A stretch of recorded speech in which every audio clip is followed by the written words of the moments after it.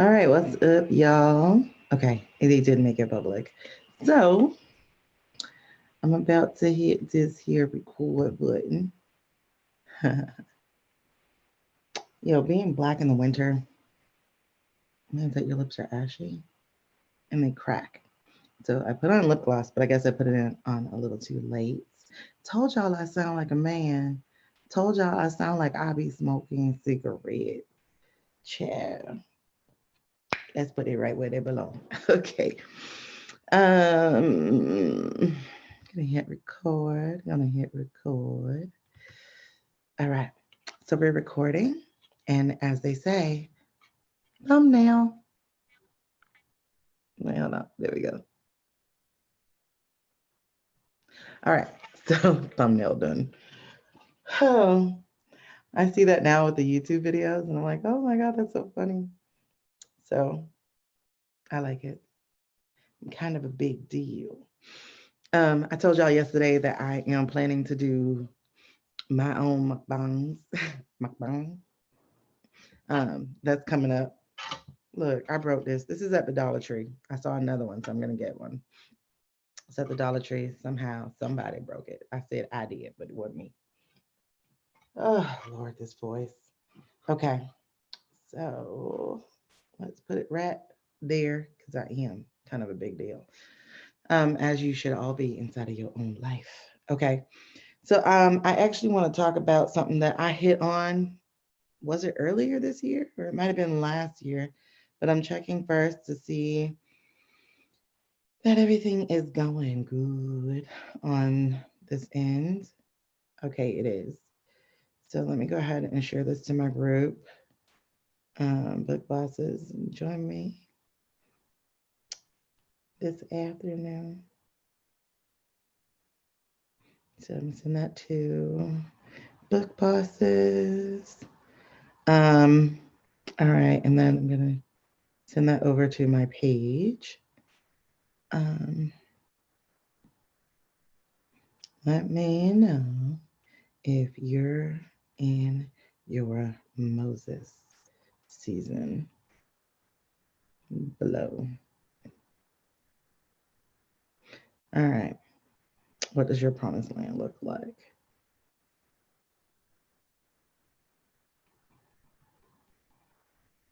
And I'm asking those questions, and we're going to drop into those questions in just a little bit here. But I'm asking those questions because, hey, Stacy, I'm asking those questions because I had a conversation this morning that brought it back up. I really don't want to shine this all over you guys. It's still shiny. I'm not in my usual space. My usual space has my diva light set up, my glitter background. I'm out here in the living room because I just wanted to go ahead and jump into this and not worry about all this like fancy setup type of stuff. I did put a bra on for you guys, and you can't even see it, so that's a waste of time. I'm home today because I'm sick, obviously. But like I said, I wanted to have a conversation about Moses moments. And before we get all, oh my gosh, this is going to be super spiritual, I want to say that it is not. However, it is. Okay. And what I mean by that is that, I know things, but I don't know everything. And I'm not a preacher or anything like that. However, my experiences with God have reinforced my belief in God.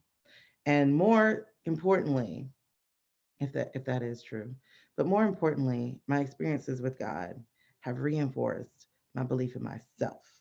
And that is exactly what we're coming to talk about today when we talk about the Moses moment. Are you in your Moses season? And do you even know what your promised land is? So, um, just a little bit of the background on Moses. Um, as far as I remember, if y'all know more, y'all know more. Jump in the comments, let me know. But the whole thing about the whole reason Moses' story gets started this way is that the Pharaoh had like some kind of decree that some firstborn child is going to kill him, some man, right? And so his mom, Moses' mom, gives birth, hides him for like 3 months, um, and then has to hide him and send him away. So the thing is, as it was decreed, was that there was a firstborn son that was going to come up against the Pharaoh and kill him. What that meant is, and what actually ended up happening, is that Moses was born powerful. Okay? There was this thing over his life. He was born powerful.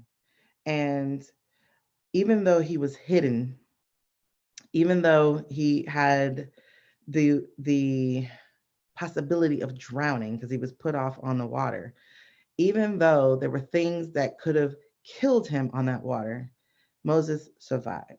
And I hope you are already seeing how you can make this about you, because a lot of us have a beginning that was not the best type of beginning. A lot of us have gone through things that we think disqualifies us from being a voice or an example of how good God is. Um, and a lot of us think that we're not qualified to lead people. And I say a lot of us because I'm truly including myself in this. All right. And so Moses had his issues. Moses was a stutterer. Moses, um, like I said, he had a rough beginning. Moses grew up basically as an orphan and was raised in a place where he truly wasn't wanted. And so, again, we all carry something that we think disqualifies us. There's always something. And people call this thing imposter syndrome. But it's really a Moses complex, because when God told Moses that he was going to go and lead people, Moses was like, who? Me? Did you not know that I stutter? And I'm not focusing on the fact that he couldn't talk well. He focused on the fact that he couldn't talk well. But there was something that was put inside of him. There was an edict that was put over his life. There was a purpose that he had, and yet he thought he wasn't qualified. In his human spirit, he thought that he was not the right one. In fact, he compared himself to someone else, his brother, and said, choose him because, as you can see, he already got the people. As you can see, he can already speak. And God was like, no, I want you. You without your degrees, you without your certifications, you who was just on food stamps last year. I want you. Yes, I want you to lead the people. And we sit there and go, God, you must be crazy. I think you're wrong because look at me. And he goes, look at you. Look at you. I made you. So let's think about this Moses thing, right? So God tells him what he's going to do. I need you to lead the people to the promised land. He shows him what the promised land is. He's like, I need you to lead the people there. And Moses is like, all right, cool. I got my assignment. I'm finna do it. And as he begins to do his assignment, guess what? He comes up against obstacles. And so he sits there and go, I can't be it. Like, I must not be the person for real. Like, I must be hearing things. Ain't no way in the world that I was chosen to lead the people because look here, I can't. And God was like, it's already in your hands. Everything that you need is already in your hands. Look at this stick. This stick is already in your hands. And look what the stick could do. And so he showed him what the stick could do, and the stick could do amazing things. And then he gave him a word, he gave him a vision, and that vision and that word did amazing things. And then when it came down to leading the people, yeah, all that stuff is actually not what I'm paying attention to. I'm paying attention to the fact that he was called to lead the people, that he had a purpose, a gift, and a voice, and he was called to lead his people. This is why I'm asking you, are you in your Moses season? Are you called to lead some people? Like the word Exodus literally meant the road out. So are you here to lead people out of their stuck situations? Are you here to lead people out of the hurts and stuff that you have been through and are now on the other side of? Are you here? And get this though, even when you're on the other side, that doesn't mean that you sit in an Oprah seat. That means you could just be at a whole different table. That's all it is. Or even if you are at the same table, you're eating while they are waiting to be served. Oh, yes, because they are waiting to be served. Because your job is to come and lead the people. Your job is to recognize that you were put in a position of power and of purpose, and that purpose has been inside of you forever. You were literally born to lead your people to where it is that you were promised. You were literally born for that. And it doesn't matter the obstacles. It doesn't matter the rough start. It doesn't matter what other people think. And it damn sure doesn't matter what you think about yourself. Who cares what your shortcomings are? Because your purpose and your gift is bigger than that. Are you in your Moses season? Are you aware of what your gifts are? Are you aware of how your voice is to be used? And are you aware of the fact that not only are you called to lead your people, but you're also pre qualified to lead your people? And I'm speaking to you, but I'm speaking to me because I resisted being a coach for 4 years. The 4 years of entrepreneurship, I would see what other people are doing. I'm like, I can't do that. I was stuck comparing myself to other people. Oh, I don't have that corporate background. I'm not a sales magnet. I don't do those things that other people do. Like, I literally could not see my own value and could not even hear my own voice because I was so busy listening to other people instead of listening to what was already put inside of me. I was so busy looking for other weapons and other tools to do things when those tools had already been in my hand and have been as simple as a stick. Are you in your Moses moment? Are you aware of where you are going? What does your promised land look like to you? Because obviously it's going to be a little bit bigger, a little bit better, because, God is a God of abundance. But do you understand? And I'm asking the words understand. I'm asking if you're understanding because the bottom line of it is until you realize that you are the one who was called, not anybody else. You are the one to step forward into your gifting and purpose, not anybody else. And you are not to go, God, you must be crazy because this show ain't me. Because God's crazy is a good crazy. God's allowed to be crazy, guys. Um, because I always say crazy is actually creative. Like we find different solutions to make things happen. But here's the thing, you're already given the roadmap, you're already given the calling, you're already given the assignment, you already have the voice. And where you lack, you've already been provided for. So are you in your Moses season?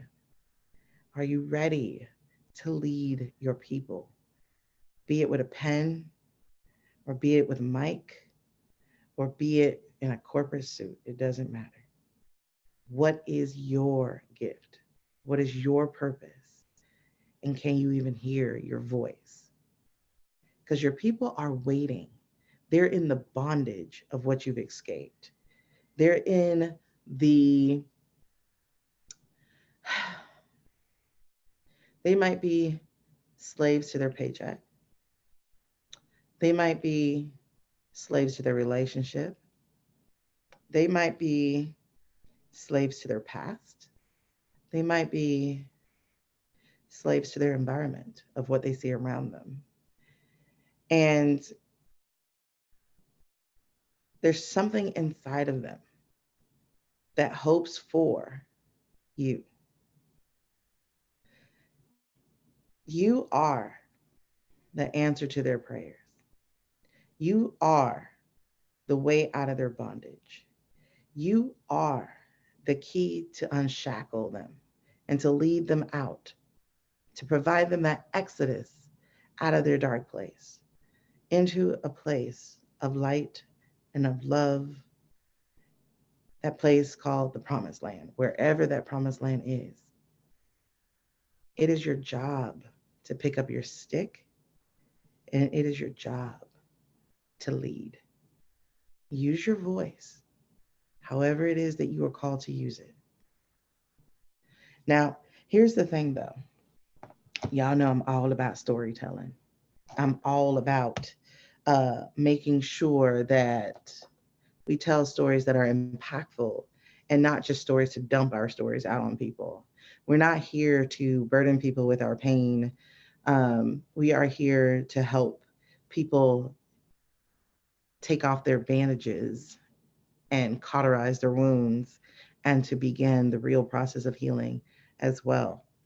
And as we exercise our giftings and our purpose and our visions and our dreams, as we do those things, we too become released and we get taken to another level. And so, one of the most powerful tools that you have for doing all of that is to learn how to be a storyteller. And those stories are not just about being personal and entertaining. That's not what your stories are about. Stories are the easiest form for helping people learn and understand. And so I want you to understand this. You have a book in you. You actually, you have more than one book in you. I know several of you and several of your platforms, and you have what would be considered like a branded series of books. Um, if you think that you have to put everything you know into one book, that's where you're messing up. Nobody got time for all that. And everybody doesn't need everything. Some people just need what they need and they need to be able to get there. So that's what I mean by you having a branded series of books. And so I want to invite you to take a look at a free webinar or free masterclass that I've done called After the Book Masterclass. Like I said, there's no charge to it, but I show you the over 200 ways. And I don't want you to get overwhelmed by that because you'll see when you watch the masterclass. But I want you to understand that you have over 200 ways to make income, but more importantly, impact from your story. Just the one. And imagine doing the branded series. That would be exponentially wave generating. Like you have the ability to throw your pebble, your voice into the water and have ripples that turn into waves. You have the power to create change, to lead people out of their darkness and out of their struggles, to lead people into the light and into the enlightenment that you have gotten yourself, and to help them get to a place where they go even further than you, because that's what a leader is. And so don't worry about your shortcomings and don't worry about your beginnings. Just worry about your purpose and use your voice. That's all. And whenever you're lost, I'm going to tell you exactly what I learned in Frozen 2. Just do the next right thing. So, are you in your Moses moment? If you are, and you are ready to pick up your staff and to actually lead, yo, that was a word. If you are ready for that, hit me up at bit.ly/after the book masterclass. Make every first letter a capital.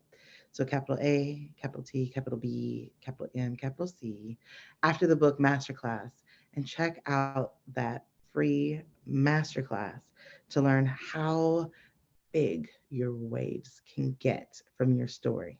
So get ready to use your voice, and I'll see you after the book. All right, guys? So, ciao. Bye. Stay dope. Be dope.